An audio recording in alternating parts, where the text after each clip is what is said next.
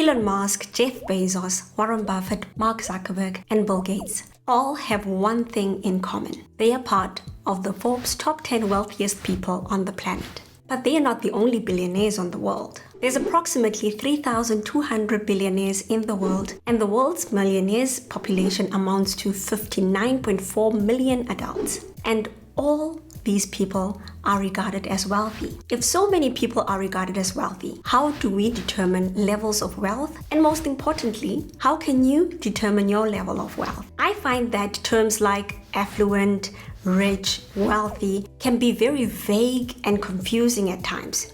The state of one's wealth can fluctuate frequently in a lifetime. That's why it's important to understand levels of wealth from a financial perspective. Let's start by looking at the finance industry's definition of wealth, which is an equation that I covered in that video by using the company Tesla as an example, where the assets minus the liabilities equals equity for the company. We apply the same equation to us as individuals, but instead of equity, this equation gives us a person's net worth. I went into more details on that video. I've also created a personal financial statements template which you can download and use for free. I've placed all the links in the description below. When we talk about levels of wealth, it's important for you to know where you currently stand so that you can set achievable financial goals and milestones to keep check of your progress. Starting off with the first level of wealth being dependency. On your personal financial statement, this would be if you have a net loss and negative equity. You are basically reliant on someone else to provide for you, whether that's your parents or your family or any friends or the government. The next level is when you are solvent. On your income statement, you have a net zero balance because your income is able to cover your expenses. There are times when you use your credit card, but you try to keep that at a minimum. So your net worth is at a nil balance because then you don't have any savings and you still don't have a lot of liabilities.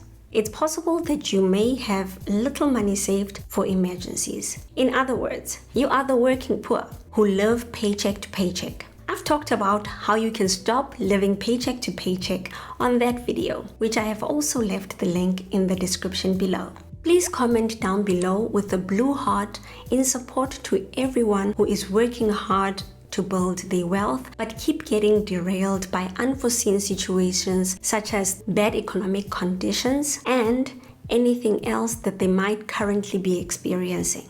The next level is when you're finally stable. You now have some net profit on your income statement. This has allowed you to save the equivalent of about 3 to 6 months of your salary, giving you the flexibility to manage emergencies when they arise. Maybe you've managed to start investing in other income-generating assets such as stocks. All of this has landed your net worth to be positive. With the current state of the economy, most people of this level are in danger of falling back into level 2, where they are solvent. They have used up their savings on important, unavoidable expenses that keep arising because of the current economic conditions. If you are learning anything from this video, please like the video and subscribe to my channel so that others may find this information much easier. With 6 to 12 months of savings, you are now secure. You have a strong financial position, and this position has afforded you the luxury of choice because you no longer constantly worry about putting food on the table. With more than a year of savings, you have what we call FU money and are at a level of independence. Level 6 is when you have abundance.